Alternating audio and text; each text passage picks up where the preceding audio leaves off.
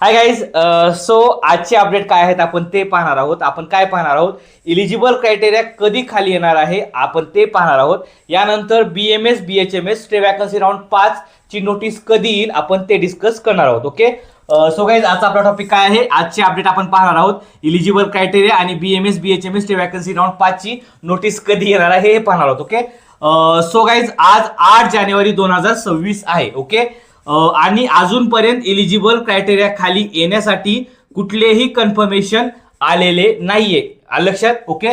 यानंतर पण पीजी साठी एक नोटीस आलेली आहे. त्यामध्ये काय आहे, रिवाइज पर्सेंटाईल इलिजिबल साठी एक नोटीस मध्ये मेन्शन केलेलं आहे. ओके, पीजी साठी. ओके.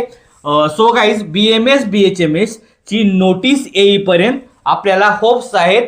कशासाठी? इलिजिबल क्रायटेरिया खाली येण्यासाठी. ओके.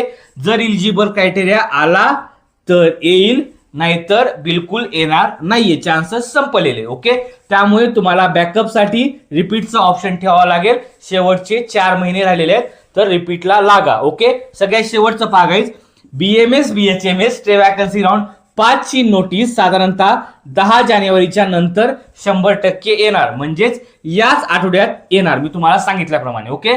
सो इलिजिबल क्रायटेरिया जर खाली आला तर काउन्सिलिंग साधारणतः 22 जानेवारी 2026 पर्यंत चालू शकते. ओके.